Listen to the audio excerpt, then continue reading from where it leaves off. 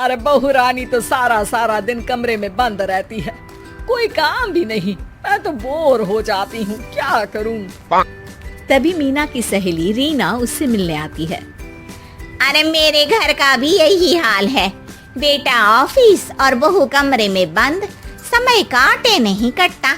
लेकिन अब सच मानो तो वक्त ही नहीं है कि वक्त से रोटी भी खा लूं।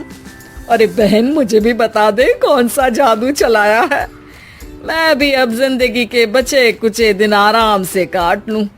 दीवारें देख देख कर तो बोर हो गई हूँ मैं। रीना मीना को एक स्मार्टफोन देती है। ये ले, ये है वो छड़ी जो जादू करती है। इसमें मैंने तेरा फेसबुक अकाउंट भी बनाया है, एंजल प्रिया के नाम से। बस अब यहाँ दोस्त बना और सबसे बातें कर। सास को पहले तो उतना समझ नहीं आता है, लेकिन धीरे धीरे वो उसकी आदत डाल लेती है। माँ जी जल्दी से खाना खा लीजिए, मुझे थोड़ा काम है। अरे तू जा, मैं खा लूंगी, अभी वक्त नहीं है। और सासू माँ मोबाइल में मुंह गड़ाए जवाब दे देती है। बहू समझ ही नहीं पाती और वहाँ से कमरे में चली जाती है। अचानक सास को किसी प्यारी पिंकी की फ्रेंड रिक्वेस्ट आती है। अरे वाह, ये तो कोई प्यारी सी लड़की लगती है, बात करती हूँ। सास फ्रेंड रिक्वेस्ट अपनाकर बात करने लगती है। अब क्या था, सास सारा दिन उस सहेली से बात करती, अपनी कहती उसकी सुनती। एक दिन सास फोन पर ही सर गड़ाए। अरे बहू, जरा मंदिर के लिए थाली सजा दे, आज कीर्तन है। बहू फोन पर किसी को मैसेज टाइप करते कहती है।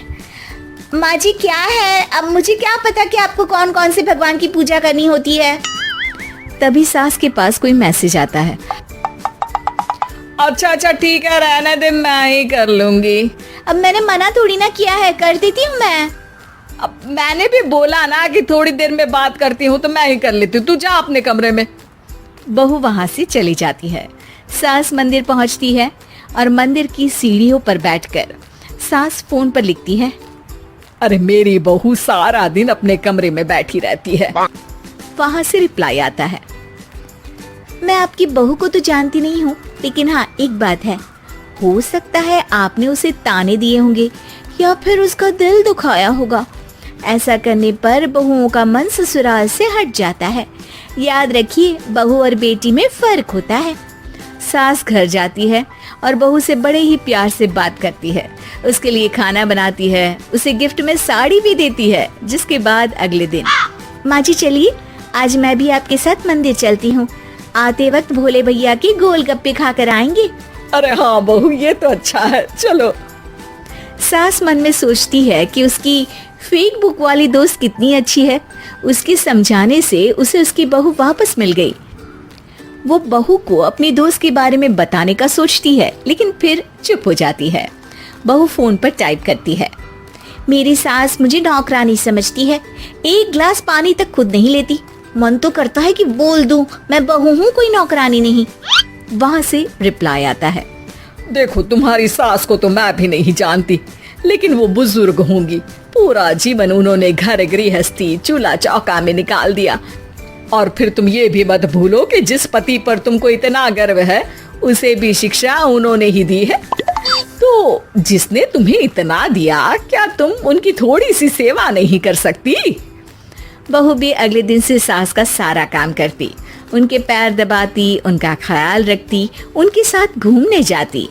एक दिन सास, बहू ये लो मेरा हीरे का हार। पहले तो सोचा था कि अपनी बेटी को दूंगी, लेकिन आज जब मेरे हाथ पैर में दर्द था तो तुम मेरा साथ दे रही थी।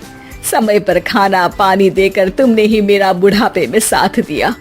उसके हिस्से का बहुत कुछ मैं उसे दे चुकी हूँ, लेकिन ये अब तेरा। बहू तो ये देखकर खुशी से उछली जाती है।